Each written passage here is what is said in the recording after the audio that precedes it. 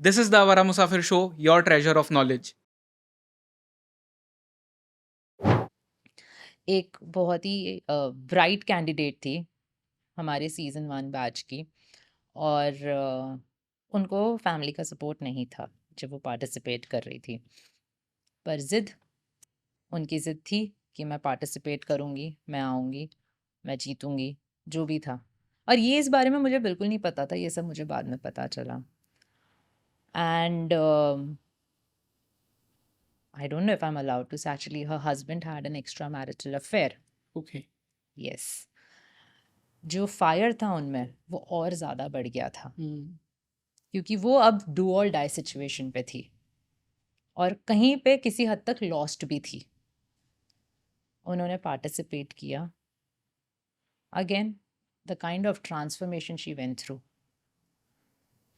और उसके बाद तो ऐसा हुआ कि हस्बैंड इतना इनसिक्योर हो गए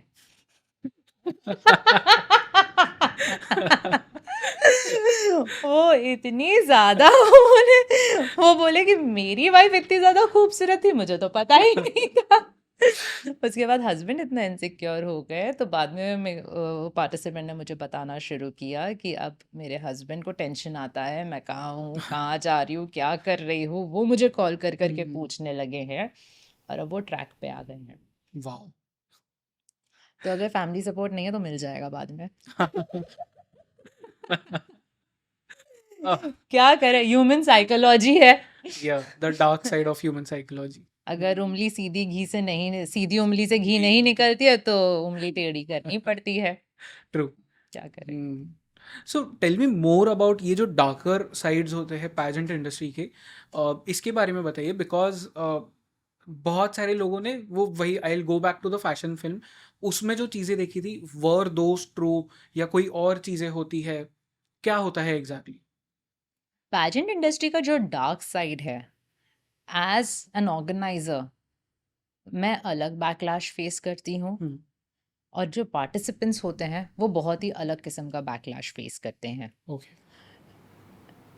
आप कितने भी एक्सपीरियंस अपने इंडस्ट्री में रहो, कोई ब्यूटी इंडस्ट्री में है, कोई ब्यूटी इंडस्ट्री मतलब कोई किसी कंपनी का मैनेजिंग डायरेक्टर है, नायका बोलो या फिर कोई भी बोलो, कोई किसी फाइनेंस डिपार्टमेंट से हैं, ये अपने अपनी इंडस्ट्री के बहुत बड़े खिलाड़ी हैं। बट जैसे ही ये पैजेंट्री में आते हैं, मुझे लगता है कि पैजेंट इंडस्ट्री में इनका सामना होता है खुद से। ओके। आप जब कंपटीशन में जाते हो, अब मैं स्पोर्ट्स का तो नहीं कहूँगी क्योंकि मुझे उसमें इतना तजुर्बा नहीं है, बट पैजेंट इंडस्ट्री में आप खुद को शीशे में देखते हो।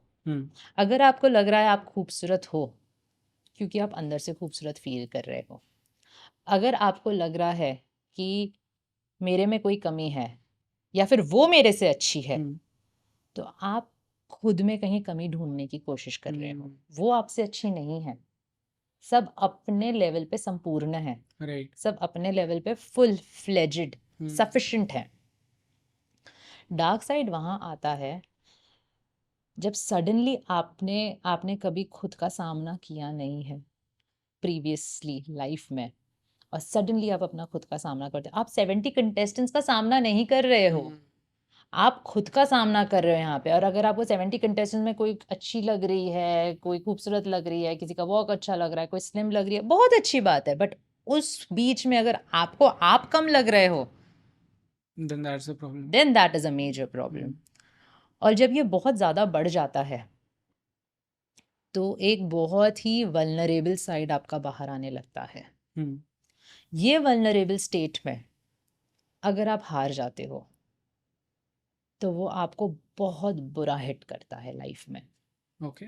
Because you're already dealing, and hence I said inner work is very important in pageantry. You are going to see the dark side of you.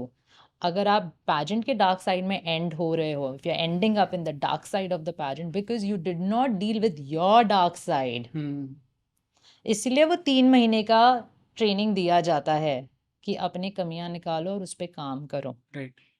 अगर आपको लगता है कि आप बहुत हेल्दी हो, आप बहुत फैट हो, कोई बात नहीं, you try to be slim, accept it that हाँ मैं बहुत फैट हूँ, मुझे यहाँ यहाँ काम करना, there is no problem in it. But अगर आप काम कर रहे हो कर रहे हो कर रहे हो और फिर भी खुद को सेटिस्फैक्टरी रिजल्ट नहीं दे पा रहे हो, आप खुद के लिए काम कर रहे हो। हमने तो बोला नहीं कि आपको इसी फिगर में आना है, हमारे तो स्टैंडर्ड्स ही नहीं है पैजेंट में।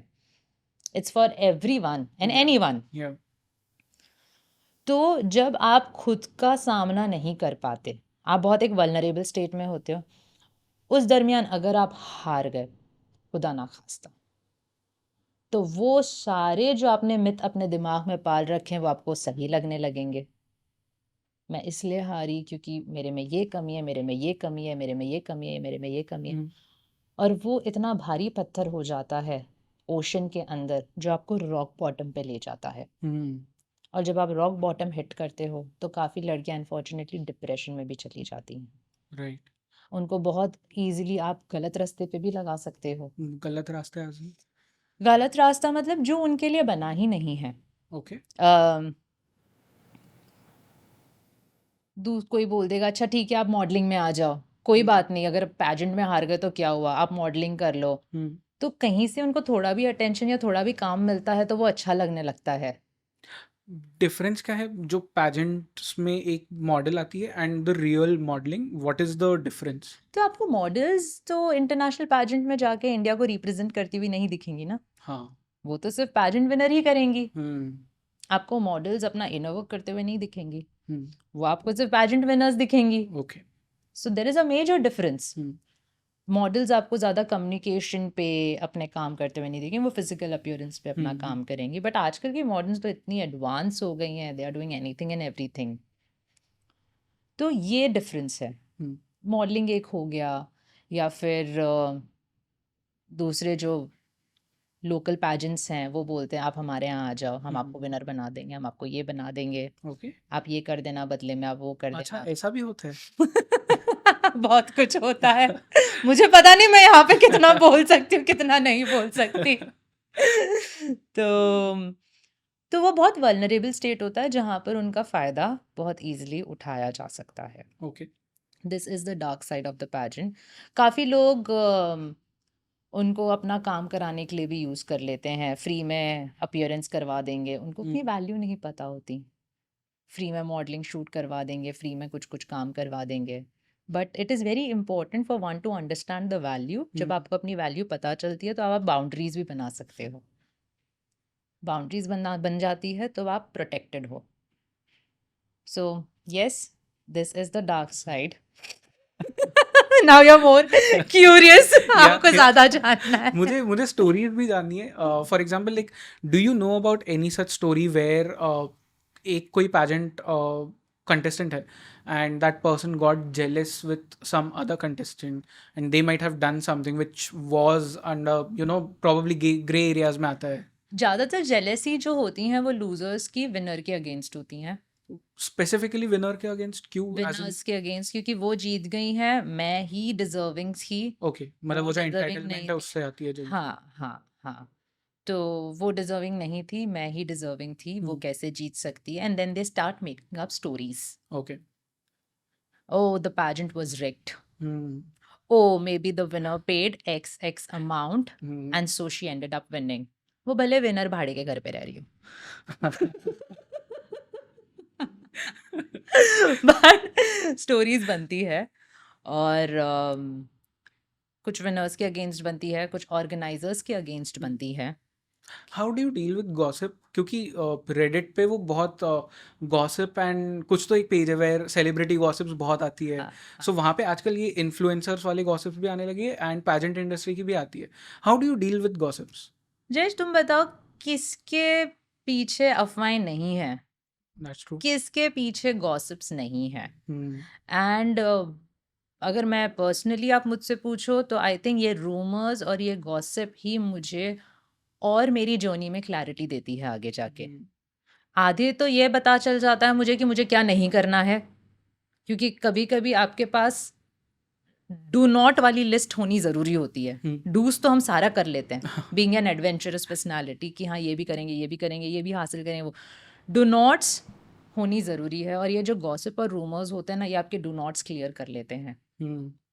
तो जब गॉसिप शुरू होती है तो मुझे कंटेस्टेंट्स का फिल्टरेशन करने के बारे में पता चल जाता है कि अच्छा ये कंटेस्टेंट्स ने ये गॉसिप की है, इसका मतलब हमने कहीं सिलेक्शन में कमी छोड़ दी थी, ओके तो हमें सिलेक्शन प्रोसेस और कड़ा करना पड़ेगा ताकि फोकस्ड, और अगर फोकस्ड नहीं भी है, no problem, we are working on them for 3 months, we are working on them.